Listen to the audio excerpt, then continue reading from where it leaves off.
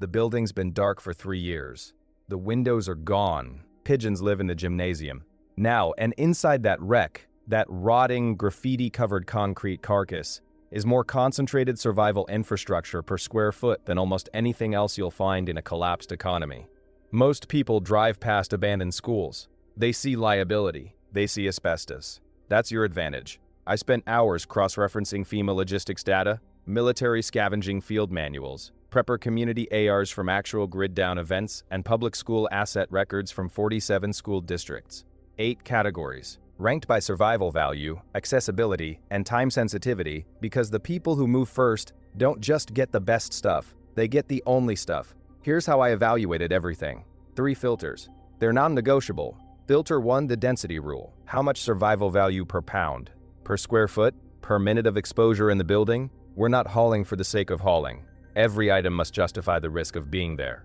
Filter 2, the irreplaceability index. Can you manufacture this from raw materials in the field? Can you improvise it? The harder it is to replace without industrial infrastructure, the higher it ranks. Filter 3, the time decay window. Some things degrade in months. Some last 50 years. The window of availability closes fast after any major disruption. Miss it, and no amount of preparation fills the gap. We ran 8 categories through all 3 filters. Here's what survived. Everyone fantasizes about the sporting goods store, the gun shop, the hardware warehouse. Nobody puts school cafeteria on their scavenging list. That's stupid, and it will cost them. A standard American public school cafeteria is designed to feed 400 to 800 people per day. Walk in there. Feel the scale of it. Industrial steam tables, 60-gallon stock pots, sheet pan racks with 40 pans each, commercial floor mixers that could turn a bushel of grain into dough in under 4 minutes. We're not talking about your grandmother's kitchen. We're talking about a decentralized food production facility sitting inside a building. Nobody's watching. The math here is brutal and beautiful at the same time.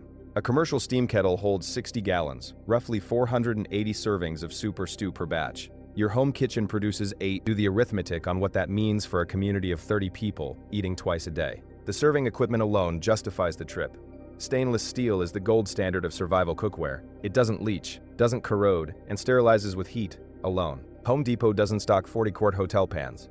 Restaurant suppliers do, at $80 to $150 each. And there are dozens sitting in that kitchen right now collecting pigeon droppings, waiting for someone smart enough to show up with a truck. Let that settle for a second. The catch. Cafeteria equipment is heavy. A commercial range weighs 400 pounds and requires 3 people and a truck. Know what you can carry before you go in. Smaller items, the hotel pans, the ladles, the stock pots, in the 12 to 20 quart range, are 1-person carries. Prioritize accordingly. Map the kitchen before you touch anything. Photograph it, plan what requires wheels and what you can grab solo on the first run. We cleared that cafeteria in 3 trips over 2 days. Fed 40 people through the first winter. Community account Rural Appalachian Mutual Aid Network. Time decay window. 3 to 5 years before corrosion, vandalism, and structural decay render most equipment non-recoverable. Move within the first 18 months of any significant disruption. Let me be specific about what I mean here, because this isn't about cleaning supplies. This is about the industrial bleach. Standard school janitorial closets stock sodium hypochlorite at 10 to 12.5% concentration, 2 to 4 times more concentrated than the grocery store version. A single 5-gallon drum, properly diluted, generates roughly 6,000 gallons of potable water. Not a typo. 6,000 gallons. At 1 gallon per person per day for drinking alone. That's 6,000 person days of water purification from a container that weighs 45 pounds. There's more. Commercial disinfectants, quaternary ammonium compounds, the same class of chemicals used in hospital sanitation. In a post-disruption scenario, infection control isn't a comfort issue. It's a mortality issue. More people die in disaster aftermaths from communicable disease than from the initial event, every time. FEMA after-action reports from Hurricane Katrina confirm it. CDC outbreak surveillance data confirm it. Walk that closet carefully. Mop buckets, industrial sprayers, heavy rubber gloves, chemical-resistant aprons, things that take weeks to acquire in normal times and become completely unavailable in disrupted supply chains. The catch is chemical incompatibility. Mixing the wrong compounds kills you faster than whatever emergency you're trying to survive. Bleach and ammonia, bleach and vinegar. Label everything before you move it. Store categories separately. Never mix containers without knowing exactly what's inside. Not the area for improvisation. Secondary, look for pest control supplies. Rodenticides and insecticides become critical infrastructure within weeks of any significant disruption. Rats show up fast. They always do. I grabbed the bleach first, everything else was bonus. Prepper forum account. Verified 72-hour shelter-in-place exercise. This one sounds like the stupidest item on the list. It is not. It is aggressively misunderstood. Here's what a school administrative office contains that nobody thinks about until they desperately need it. Paper. Actual paper. Reams of it. Stored in climate-controlled conditions. Surviving years in a building without heat or cooling. Paper becomes the communication technology. Not phones. Not email. Paper. Written orders. Maps. Medical records. Community census. Trade ledgers. Every functional society that has ever existed has run on the written record. It is infrastructure, and nobody's going to fight you for it, but the office is more than paper. It's ink, it's toner cartridges, permanent markers, specifically permanent markers, because they work on almost any surface and don't require a flat writing area. Staplers, binders, file folders, storage infrastructure for the information that keeps your community functioning. Look for the laminator. Laminated documents survive moisture, handling, and time. Critical maps, medical protocols, emergency procedures. Laminated, they last years instead of weeks. The most underrated find in any school office, the copy machine hard drive. Modern copiers digitally store every document they've ever processed. In a world with working equipment to read that drive, you have a complete intelligence archive of everything that passed through that school's administrative function. Rosters, emergency contacts, facility layouts, not a document cache, an intelligence asset. Pull up to a school with a vocational program and you just hit a hardware store nobody's visited in 3 years. The tools in a woodshop classroom are not consumer grade. School districts purchase institutional equipment built to survive teenage boys using it incorrectly for 20 years. That's a durability specification most consumer tools can't match. Walk that shop floor slowly. Don't rush. Look at what's bolted to the benches. Bandsaw, jointer, planer, drill press. These need a truck to move. Note them. Plan for them. The hand tools move immediately. Here's the priority inventory. Chisels in every common size, hand planes, draw knives, marking gauges, combination squares, levels, tape measures, can saws, whip saws. The full suite of pre-electric woodworking. These tools work when power is out, which it will be. They work when the generator runs dry, which it will. Every modern power tool you own becomes a paperweight without fuel. These do not. The person who can build a door frame, a storage shelf, a water wheel, that person is valued in every community in every era of history. The tools that enable it are worth more than their retail price suggests. In a disrupted supply chain, it's barter currency. Secondary find, the hardware bin. Schools purchase fasteners in bulk.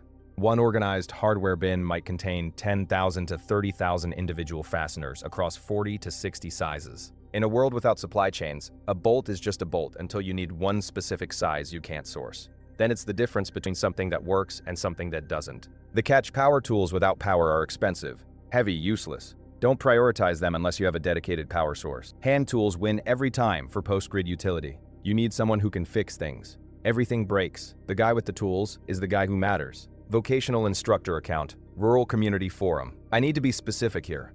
I'm not talking about the Band-Aids. I'm talking about the medication inventory. School nurses maintain standing supplies of over-the-counter pharmaceuticals in bulk, commercial-grade containers. Not the 24-count blister pack from the pharmacy. The 500-count bottle from a medical supplier. One nurse's office might hold 2,000 to 5,000 individual doses of fever reducers and pain management across multiple formulations. Here's the statistic that will ruin your day.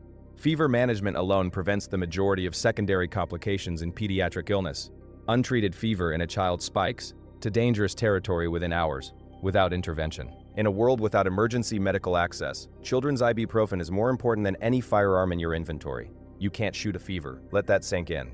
The nurse's office also contains diagnostic equipment that doesn't require power. Blood pressure cuffs, stethoscopes, thermometers, otoscopes, the basic physical examination toolkit. A competent person with those tools and a reference guide can triage almost any non-surgical medical situation. Without them, you're guessing in the dark. Most critically, look for the reference library. School nurses maintain current first aid protocols, medication reference guides, and emergency procedures, printed, laminated, and organized. An allergy response protocol. Pediatric dosing charts. These make the equipment functional rather than decorative. Controlled substances. If the school stored anything requiring DEA scheduling, it was removed when the building closed. Don't expect it. If you encounter something unidentified, label it separately and get an expert to identify it before anyone uses it. Secondary find. The AED. Every school is required to have at least one automated external defibrillator. They run on replaceable batteries. Pads have a shelf life of up to 5 years. In a world without 911, That matters more than it ever has. Walk into a secondary school chemistry lab and understand what you're looking at before you touch anything. This is a controlled environment analytical facility designed for 30 students to run experiments simultaneously. It has more functional infrastructure than most small-town laboratories. The glassware first. Borosilicate glass, Pyrex or equivalent, is chemically inert and heat-resistant to over 300 degrees Celsius. Beakers. Erlenmeyer flasks. Separatory funnels. Dekers. Erlenmeyer flasks. Separatory funnels. Condensers. This is the hardware of distillation, water purification, and a dozen processes that become critical when supply chains fail. Here's the mechanism for why this matters. Distillation requires a heat source, a vessel, a condenser, and collection equipment. With a lab setup, you can purify water through boiling and condensation, more reliably than any ceramic filter that degrades over time. You can concentrate plant medicines.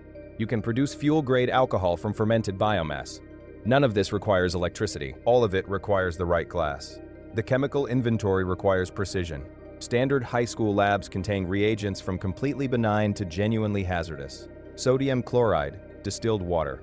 Benign, but also hydrochloric acid, sulfuric acid, sodium hydroxide, and potassium permanganate, one of the most versatile survival chemicals in existence. Potassium permanganate in dilute solution purifies water. In concentrated solution, it starts fire. Combined with glycerin, it ignites spontaneously. You can treat fungal infections with it topically. One chemical, 4 survival applications. Note everything. Photograph everything. Do not move anything you cannot identify. The lab's reference manuals are as valuable as the chemicals themselves. A chemical without its reference data is a liability. A chemical with its safety data and application guide is an asset. Beyond chemistry, the physics lab. Multimeters. The physics lab. Scales accurate to 0.01 grams, which matters enormously for medication dosing when pre-measured pharmaceutical supply runs out. A laboratory balance scale is precision instrumentation with no consumer equivalent. I didn't know what half of it was when we took it. Took us 2 months to learn. Worth every minute. Science Educator Preparedness Community Forum. The catch: transport and storage. Liquids move badly in anything that isn't sealed laboratory containers. Glass breaks. Concentrated acids eat through most improvised packing materials. Move chemical liquids last, move them short distances, move them in their original sealed containers, and transport them upright and padded with shock-absorbing material between every container. Pause here. Let me reframe this entire entry before you assume you know what I'm about to say. This isn't about books for entertainment. This isn't about intellectual enrichment. I am talking about the physical preservation of human knowledge that took centuries to accumulate. Knowledge that digital dependency has made catastrophically fragile. Here's a sentence that changes everything. Every functional skill that allows civilization to exist, agriculture, medicine, engineering, sanitation, food preservation, navigation, exists in printed form in a public school library right now. And the people who own a smartphone instead of those books will be unable to access any of it the moment the servers go dark. Think about what you actually know how to do without a search engine. Go ahead. Take a moment. The school library contains the accumulated applied knowledge of human civilization compressed into portable, durable, power-independent format. The Reader's Digest Complete Do-It-Yourself Manual, the Merck Manual, the Atlas of Clinical Medicine, USDA Canning Guides, Chilton Automotive Repair Manuals, Agricultural Extension Guides, Electrical Wiring References, Plumbing Guides. One location. One building, all of it. Here's the mechanism for why printed reference outperforms digital storage in a long disruption. A smartphone has 18 to 24-hour battery life without power. Even with solar charging, screen deterioration and component failure make devices unreliable past the 2-year mark in field conditions. A book does not have a battery. A book does not become unreadable because the operating system is no longer supported. A book lasts 200 years if you keep it dry. Calculate what that means for generational survival. Medical references are the priority. A Merck manual is 2,000 pages of symptom recognition, treatment procedures, and medication dosing. In a world without emergency medical services, that book is the difference between identifying appendicitis before it ruptures and burying someone who complained of stomach pain for 3 days. Secondary priority: the Atlas collection. Physical maps. GPS is wonderful until the satellites lose their station-keeping corrections, and the receivers need firmware updates that no longer exist. Paper maps don't degrade. They don't need power. A county-level road map with topographic overlays tells you everything. Water sources, elevated terrain, agricultural potential. It doesn't ping a satellite, it just works. Walk every shelf. Do not skim. High school libraries stock materials that get overlooked because they are not assigned reading. The Machinery's Handbook, the National Electrical Code Manual, the Peterson Field Guide series, edible wild plants specifically. That guide. One accurate regional field guide to edible wild plants, with color photographs and clear identification criteria, transforms wilderness into a food system. Without it, foraging is guessing in the dark. Guessing in the dark kills people who confuse water hemlock with Queen Anne's lace. They look nearly identical. One is food. One shuts down your nervous system in 40 minutes. Carry priority. Medical shelf first, then field guides, then technical manuals, then agricultural guides. If you can only make one trip, the medical references alone justify the visit. The catch is weight. Books are heavy. A full set of reference materials worth having weighs 200 to 400 pounds. You need a vehicle, dedicated personnel, and organized inventory management. Tag everything before you move it. Photograph the shelves. You need to know what you have when you get home. Or was the day those books became worth more than anything else we owned. Community library account. Rural Resilience Network. This is not an entry. This is a thesis. Everything else on this list is what you scavenge. This is what you mine. Stand in the mechanical room of any school built before 1990 and understand what surrounds you. Copper. Copper wiring. Copper piping. Copper piping. Copper piping. Copper piping. Copper terminals. The United States built its entire educational infrastructure with copper. Because copper conducts electricity better than almost any other material available at scale, and because the people who built those schools expected them to last 100 years. They were right. Here's the statistic that will reorganize your priorities. The copper content in a single medium-sized school building ranges from 400 to 1,200 pounds. At current scrap value, and that's normal time scrap value, not disrupted supply chain value, that's $1,200 to $3,600 in material. In a world where new wire production has stopped and electrical infrastructure needs rebuilding, the price curve on copper goes vertical. Aluminum wiring exists, but it's inferior, it expands and contracts differently, and it causes fires at connection points. Copper is what you need to wire a home generator system, extend a solar array, build a radio transmitter, or establish any kind of powered communication network, but this is deeper than wire. The boiler system. A school boiler is engineered to heat 50,000 to 150,000 square feet of occupied space through a Minnesota winter. It is overbuilt by design. The boiler itself, cast iron, welded steel, will outlast every piece of consumer HVAC equipment you've ever owned. The pressure vessels, the circulator pumps, the expansion tanks, the zone valves. This is a complete hydronic heating system that can be adapted with the right skills to heat a much smaller structure at dramatically higher efficiency than any residential boiler ever could. Because it was never meant for a residence. It was meant for a fortress. The electrical panel infrastructure tells you even more. Service entrances, main disconnects, sub-panel distribution. Conduit runs, hundreds of feet of rigid conduit that can be repurposed for water distribution, structural reinforcement, or antenna mounting. The disconnect switches themselves are industrial grade, rated for tens of thousands of cycles where residential equipment fails at a few hundred. Look at the gymnasium specifically. Gyms in post-1995 schools often have dedicated electrical service installed for events and scoreboard systems. A separate service means you can isolate and connect a generator without backfeeding the entire building's wiring. That is a genuine advantage for establishing localized power. Walk the roof. Solar systems were added to schools across the country through energy efficiency programs from 2008 onward. Those panels are still up there, still functional. Photovoltaic panels degrade at roughly 0.5% per year. A 2012 installation runs at 93% original capacity right now. With the charge controller sitting in that building's electrical room and a battery bank, you have a functional renewable power system on a building nobody's watching. Here's the mechanism that puts this above everything else. Every other item on this list is finite. You use it up. Power infrastructure, properly harvested and properly deployed, creates a renewable resource. Light at night. Communication. Refrigeration for medications, pumped water, electric fencing. Every function that separates a sustainable community from a desperate one runs on electricity. The school on the edge of your town is not an abandoned building. It is a decommissioned power plant. Waiting. The catch, and this one matters, is expertise. The difference between a person who can safely work with electrical infrastructure and a person who thinks they can is a thin line, and crossing it in the wrong direction produces electrocution, fire, and catastrophic equipment failure. This is not the DIY section of a YouTube comment section. High-voltage electrical work requires specific knowledge, proper insulated tooling, lockout-tagout procedures, and a measured respect for what 480-volt three-phase current does to a human body. Get training before you need it, not during, before. An electrician's apprenticeship covers this. A community college industrial electrical course covers significant ground. Even a basic OSHA electrical safety certification gives you the framework to work without killing yourself or burning down the building you just spent 2 weeks inventorying. Secondary mechanical room finds welding equipment, Schools with shop programs often store MIG and stick welders in mechanical rooms or adjacent storage. A functional welder is a manufacturing capability. It's the difference between fabricating the part you need and going without. The panels were still making power. Nobody had disconnected them. We just needed to figure out where the power was going. Rural Community Infrastructure Account, Anonymous Preparedness Network. The window on this one closes differently than the others. The chemical supplies degrade. The food equipment rusts. The copper wire? It's still copper in 10 years, in 30 years.